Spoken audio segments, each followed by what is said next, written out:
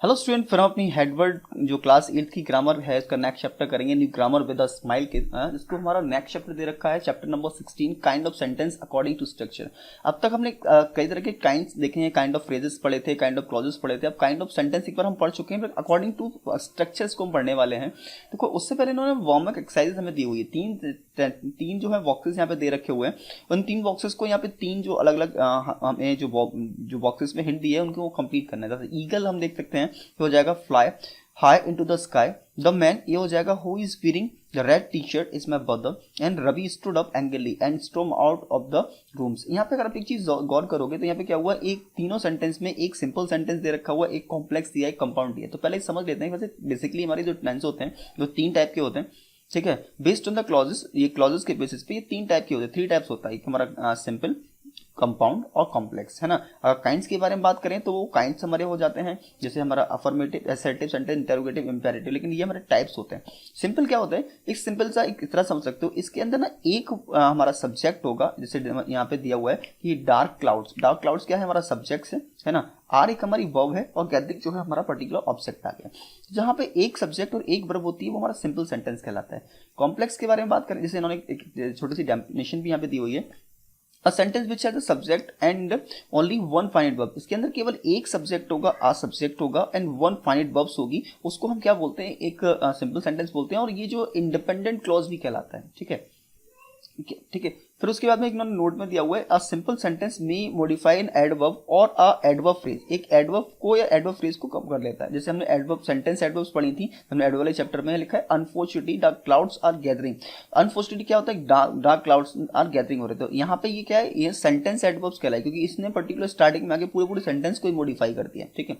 Compound sentence क्या होते हैं, बहुत सिंपल होते हैं कंपाउंड सेंटेंस। जैसे आपने हमारे कंजक्शन वाले चैप्टर में पढ़ा था कि एक हमारे कोऑर्डिनेट कंजक्शन होते हैं, एक हमारे सबऑर्डिनेट कंजक्शन होते हैं, तीसरा हमारा कोऑर्डिनेटिव कंजक्शन होता है। तो जो हमारा कोऑर्डिनेट कंजक्शन होता है, जैसे हमारे कोऑर्डिनेट कंजक्शन हमने देखा था कि हमारे फैन वाइज होता है, FANVOYS। एफ मतलब फॉर, है ना, ए मतलब एंड, एन मतलब नॉर, वी मतलब बट, है ना, ओ मतलब और, वाई मतलब यट और एस मतलब सो। जब भी ये वर्ड आएंगे तभी हमारे क्या हो जाएंगे, तभी हमारे जो है कंपाउंड सेंटेंस बनाएंगे। जैसे आप यहाँ पे देखो, ये एंड से जुड़ा हुआ है, यहाँ पे और लगा हुआ है, यहाँ पे वर्ड लगा हुआ है और यहाँ पे फिर से एंड लगा हुआ है, ठीक है। तो यहाँ ये क्या हो रहा है कि ये सारी कोऑर्डिनेट कंजक्शन है। जब कोऑर्डिनेट कंजक्शन होगा तो कंपाउंड सेंटेंस होगा। जैसे यहाँ पे लिखा ही turn left and she turn right. He turn left, उसने वो जो है टर्न हो गया, लेफ्ट हो गया और वो राइट हो गई। You can get well soon और कंडीशन कैन गेट रॉस, ठीक है। तो यहाँ पे ये हमारे कंपाउंड बहुत सिंपल होते हैं। इनमें उन्होंने कुछ एक्स्ट्रा इन्फॉर्मेशन दी है, आप उसके बारे में पढ़ सकते हो। वैसे कुछ एक्स्ट्रा इन्फॉर्मेशन है नहीं कि जो आपको बताया जाए। कॉम्प्लेक्स सेंटेंस के बहुत भी हमारे बहुत इजी होते हैं। जो हमारा अभी हमने कॉलेज हमारे कंजक्शन के बारे में बात की थी, जो हमारा सबऑर्डिनेट कंजक्शन होता है, ठीक है, वो क्या है, a sentence which has main clause. इसके अंदर एक मेन क्लॉज होगा and at least one subordinate clause. Subordinate clause मतलब जो स्टार्ट होगा हमारे सबऑर्डिनेट कंजक्शन से, इस कॉल्ड अ कॉम्प्लेक्स, को हम कॉम्प्लेक्स सेंटेंस कहते हैं। बहुत आसान है। Subordinate clause can be noun, एक नाउन हो सकता है, और एग्जेक्टिव क्लॉज और एडवर्ब क्लॉज। हमें लास्ट चैप्टर में क्लॉजेस हमने पढ़े थे, हमें दोबारा डिफाइन करने की जरूरत नहीं है। अब इस सेंटेंस को जरा ध्यान से पढ़ो। ये लिखा हुआ था, टीचर ने रियलाइज किया that the students were not prepared. ये टीचर रियलाइज करता है कि स्टूडेंट जो प्रिपेयर नहीं थे। अभी जो दैट, ये जो वर्ड आया हुआ है दैट, ये क्या है, ये हमारा एक सबऑर्डिनेट कंजक्शन है। इससे अगर ये एक रिलेटिव उसमें चला जाता है ना, और वैसे भी हमारे एग्जेक्टिव क्लॉज में the student were not, clauses के बारे में बात करें तो एग्जेक्टिव क्लॉज क्या होते हैं, जो हमारे रिलेटिव क्लॉज होते हैं। That the students were not prepared. अब यहाँ पे क्या है, ये पर्टिकुलर जो पार्ट है इसको अपना सेंस क्लियर करने के लिए इस पे डिपेंड होना पड़ेगा। तो ये क्या है, ये हमारा मेन क्लॉज है, ठीक है, और ये हमारा सबऑर्डिनेट क्लॉज है, ठीक। तो यहाँ पे एक सबऑर्डिनेट क्लॉज हो गया, एक मेन क्लॉज हो गया, और ये वाले सेंस को कंप्लीट करने के लिए इस पे डिपेंड होना पड़ेगा। तो इसलिए डिपेंडेंट हो गया और इंडिपेंडेंट हो गया। तो यहाँ पे ऐसे सेंटेंस को हम कॉम्प्लेक्स सेंटेंस कहते हैं। और इजी लैंग्वेज में आपको समझाता हूँ क्या होता है कि जब पर्टिकुलर ये कॉमा से या हमारे रिलेटिव क्लॉजेस से जब यूज होते हैं तो उन्हें हम जो है कॉम्प्लेक्स सेंटेंस में लेते हैं। जहाँ पे एक से ज्यादा, देखो, teacher spoke to the student who were not, teacher ने उसे कहा, टीचर ने अपने स्टूडेंट से कहा हु वर नॉट प्रिपेयर्ड, कि कौन प्रिपेयर्ड नहीं था। The teacher scolded the student, teacher ने स्कॉल्ड किया as they were not prepared, कि वो जो है प्रिपेयर्ड नहीं थे, ठीक है। तो यहाँ पे ये सेंटेंस कॉम्प्लेक्स सेंटेंस कहलाते हैं, जहाँ पे हमारे जो हमारे सबऑर्डिनेट कंजंक्शन आ जाते हैं या कॉमा से हम इसको जोड़ते हैं, इसके अंदर एक इंडिपेंडेंट क्लॉज होता है, वो हमारा क्या हो जाता है, वो कॉम्प्लेक्स सेंटेंस हो जाता है। जैसे यहाँ पे उन्होंने क्या हुआ है, नोट भी क्या हुआ है, हाउ आइडेंटिफाई टाइप्स, कैसे आइडेंटिफाई करोगे, count the numbers of finite verbs, यहाँ फाइनाइट वर्ब्स को थोड़ा सा काउंट करो in the sentence, if they are only one, अगर वो सिर्फ एक है, it is a simple sentence, तो ये सिंपल सेंटेंस है। In the sentence comparison one main और द इंडिपेंडेंट क्लॉज, एक जो है वन मेन हो और दूसरा इंडिपेंडेंट क्लॉज हो, ठीक है, इज इट कंपाउंड सेंटेंस, तो ये कंपाउंड सेंटेंस हो जाता है। The clauses and then subordinate clause which are joined by हमारा कोऑर्डिनेट कंजंक्शन, अगर कोऑर्डिनेट कंजंक्शन से अगर ऐड हुआ, जैसे हमने अभी डिस्कस करा था, तो हमारा क्या होगा, तो ये कंपाउंड सेंटेंस हो जाएगा। थर्ड क्या होता है, ये जो sentence comparison single main clause, इसमें केवल एक सिंगल मेन क्लॉज हो, इसमें क्या है, दोनों मेन क्लॉज होते हैं एंड से जुड़े हो, मतलब हमारे कोऑर्डिनेट कंजंक्शन से जुड़े होते हैं, इसमें क्या है, एक मेन क्लॉज होता है and at least one subordinate clause, और एक हमारा, और कम से कम एक हमारा सबऑर्डिनेट क्लॉज होगा, तो ये कॉम्प्लेक्स सेंटेंस होता है। Is subordinate clause introduce by the subordinate conjunction, हमेशा मैंने बताया ना, सबऑर्डिनेट कंजंक्शन से ही इसको इंट्रोड्यूस किया जाता है, इसीलिए सबऑर्डिनेट क्लॉज कहलाते हैं ये। जैसे इन्होंने एग्जांपल यहाँ पे एक टेबल में दिए हुए, टाइप ऑफ सेंटेंस, सिंपल क्या होगा, सिंपल सेंटेंस में केवल नंबर ऑफ क्लॉज वन होगा, केवल एक ही सेंटेंस होता है, इसे टाइप ऑफ क्लॉज किसे बोलेंगे, मेन बोलेंगे। कंपाउंड सेंटेंस अगर दे रखा है तो मोर देन वन हो जाएगा, एक से ज्यादा हो जाएगा, और मेन एंड कोऑर्डिनेट हो जाएगा। कॉम्प्लेक्स के बारे में बात करें, कॉम्प्लेक्स में क्या होता है, मोर देन वन, एक मोर देन वन क्लॉज होगा इसके अंदर, और मेन और सबऑर्डिनेट क्लॉज को हम बोलेंगे, ठीक है। उसके बाद हमें एक एक्सरसाइजेस यहाँ पे दी हुई है, तो एक्सरसाइज करने के लिए फटाफट से चलते हैं अपनी पीपीटी पे और समझ लेते हैं कि ये क्या दे रखा हुआ है। Now we are on the PPT and first of all I welcome you in your पढ़ाई, in your on चल पढ़ाई लिखाई। अगर आपने अब तक हमारे चैनल को सब्सक्राइब नहीं किया हुआ है, वीडियो को लाइक नहीं किया तो कर दीजिए, क्योंकि ऐसा कंटेंट सिर्फ आपको यही मिलता है। फटाफट से अपने चैप्टर नंबर 16 की kind of sentence according to structure है, उसके बारे में की एक्सरसाइजेस को कंप्लीट कर लेते हैं। तो एक्सरसाइज में हमें क्या दिया हुआ है, आइडेंटिफाई दीज सेंटेंस, इस सेंटेंस हमें बताने हैं कि ये सिंपल है, कंपाउंड सिंपल है तो एस लिखना है, कंपाउंड है तो सीओ लिखना है, और कॉम्प्लेक्स तो सी एक्स लिखना है, ठीक है। तो यहाँ पे पहला सेंटेंस है what goes off come down, तो यहाँ पे ये सिंपल सेंटेंस हो जाएगा, क्योंकि यहाँ पे सिंपल ही रिप्रेजेंट किया हुआ है, एक ही मतलब एक ही सेंटेंस में कंप्लीट कर दिया गया है।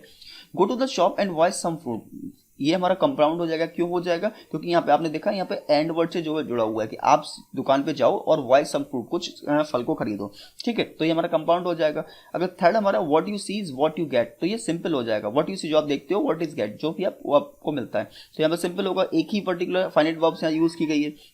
हैव यू सीन और हियर्ड फ्रॉम हरी रिसेंटली, है ना, तो यहाँ पे क्या होगा, ये कंपाउंड हो जाएगा। क्यों हो जाएगा, क्योंकि यहाँ पे ये और जो वर्ड है हमारे, जो और जो कंजंक्शन है, मतलब जो हमारा कोऑर्डिनेट कंजंक्शन है वो आया हुआ है।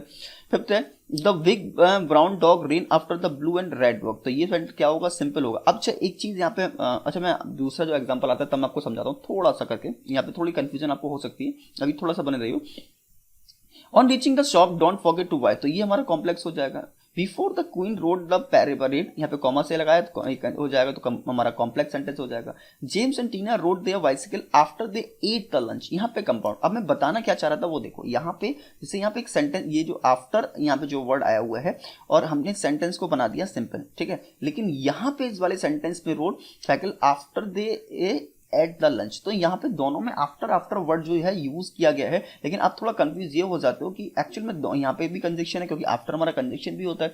तो फिर हमने यहाँ पे इस सेंटेंस को जो आपका सिंपल क्यों बनाया हुआ है और इसको कंपाउंड क्यों बनाया हुआ, क्या है, जब आप सेंटेंस को पढ़ते हो तो क्या लिखा हुआ है, the big brown dog ran after the blue and red ball, एक जो बड़ा ब्राउन कुत्ता था वो किसके पीछे भागा, ब्लू एंड रेड बॉल के पीछे भागा, ठीक है। और यहाँ पे सेंटेंस जब आप पढ़ते हो, James and Tina rode their bicycle, उन्होंने बाइसिकल्स पर रोड किया, मतलब साइकिल चलाई, after they had the lunch, उन्होंने अपना लंच कंप्लीट करने के बाद।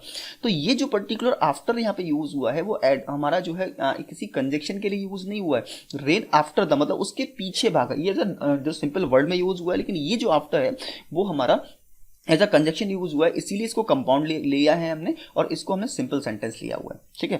आई होप आपको समझ में आया होगा क्या है। नाइन्थ में you don't you not I have to be station at 5, तो यहाँ पे कंपाउंड होगा। क्यों कंपाउंड होगा वो आप खुद से करके बताओ, यू नॉट आई, तुम, ना कि मैं, have to be station at 5 in the morning, ठीक है। एंड 10th में हमारा जो है इसे कॉम्प्लेक्स हो जाएगा, we have to go bed when, यहाँ पे व्हेन जो हमारा कंजक्शन है, हमारा सबऑर्डिनेट कंजक्शन है, इसलिए हमने व्हेन का यूज किया है, हमारा कॉम्प्लेक्स सेंटेंस हो जाता है। अब नेक्स्ट 11th के बारे में बात करें, teacher and the principal met in the near, अब यहाँ पे ये कंपाउंड होगा। क्यों, क्योंकि हमने यहाँ पर क्या एंड से दो सब्जेक्ट्स को जोड़ा गया है। पहले एक सेंटेंस होता था teacher met in the hall near the library. अब टीचर एंड प्रिंसिपल, अगर हमें चाहें तो इसको हमें सिंपल सेंटेंस में भी रख सकते हैं, क्योंकि अगर दो सेंटेंस को अगर आप कंबाइन करोगे, दो सेंटेंसेस अगर आप कंबाइन करते हो तो क्या होता है कि ये थोड़ा सा हमारा उसमें हो जाएगा। आप इसे सिंपल सेंटेंस भी मान सकते हो, कंपाउंड भी मान सकते हो कि जो प्रिंसिपल थे मिले थे, है ना। अब टीचर को आप अलग सेंटेंस बनाओ, दो अलग अलग सेंटेंसेस में एक बाकी चीजें मैच हो रही हैं, इसलिए हमने क्या करा, इसको दोनों को एक करके एंड से जोड़ा, तो इसलिए हमने कंपाउंड कंसीडर कर दिया। आप इसको हम सिंपल भी कंसीडर कर सकते हैं। The pair disappeared into the ocean never to be seen again. तो ये सेंटेंस क्या हो जाएगा, कॉम्प्लेक्स हो जाएगा, क्योंकि आप देखोगे क्योंकि एक यहाँ पे है सबऑर्डिनेट कंजंक्शन में यूज किया हुआ, मतलब क्लॉज यूज किया हुआ है।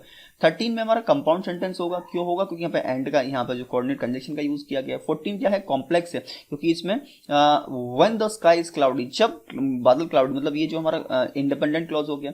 15 हमारे देखा है कंपाउंड सेंटेंस दे रखा हुआ है, क्यों दे रखा हुआ है, क्योंकि यहाँ पे वर्ड से इसको ऐड किया हुआ है। 16 में हमारा कॉम्प्लेक्स सेंटेंस है, क्योंकि यहाँ पे क्या है, दे डग एट द स्पॉट वेयर, क्योंकि यहाँ पे जो हमारा जो पर्टिकुलर कंजक्शन है वेयर वो आ गया है, कि वेयर से इसको हमने जोड़ा हुआ है, रिलेटिव क्लॉज हो गया, ठीक है। Marked act after midnight some people say ghost come out of the haunted attics. तो ये हमारा कॉम्प्लेक्स हो जाएगा, क्या क्यों हो रहा है, द आफ्टर मिडनाइट, यहाँ पे आफ्टर को स्टार्टिंग लिया, आफ्टर मिडनाइट सम पीपल से, आधी रात के बाद लोग कहते हैं कि गोस्ट आता है अपने हॉन्टेड एटिक्स से बाहर आ जाता है। 18 में I always felt that we would meet again, यहाँ पे कॉमा लगाया तो सिंपल से हमारा कॉम्प्लेक्स हो जाएगा। 19 नहीं सॉरी 18 वाला था, ये कॉम्प्लेक्स होगा कॉमा। 19 में भी हमारा कॉम्प्लेक्स होने वाला है, क्योंकि यहाँ पे देखो एक पर्टिकुलर हमारा सबऑर्डिनेट कंजक्शन यहाँ पे आया हुआ है। 20 में blessed are the poor for the don't ask, ये सिंपल हो जाएगा, क्योंकि यहाँ सिंपल में दे रखा हुआ है। इस पर्टिकुलर चैप्टर में हमारी केवल एक ही एक्सरसाइज दे रखी हुई है, और इसी के बाद हमारा ये चैप्टर है खत्म हो जाता है, और इसी के साथ आपसे अलविदा लेने का टाइम आ जाता है। Thanks for being here. But अगर आपने अभी तक हमारी वीडियो को लाइक नहीं किया, प्लीज सब्सक्राइब नहीं किया, दोस्तों शेयर नहीं किया तो कर देना। मिलते हैं फिर किसी वीडियो में, तब तक के लिए गुड बाय, थैंक यू।